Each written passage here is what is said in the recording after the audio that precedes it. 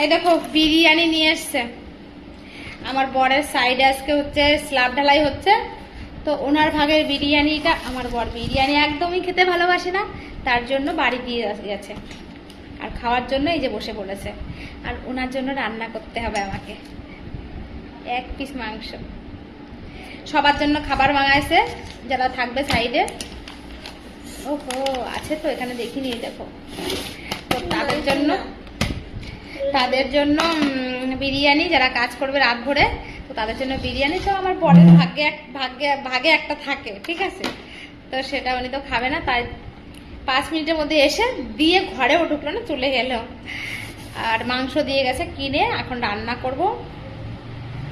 মাংস দিয়েছে কি বাবা, অনেক তো 3 পিস মাংস। খুশি হয়েছে। ঠিক আছে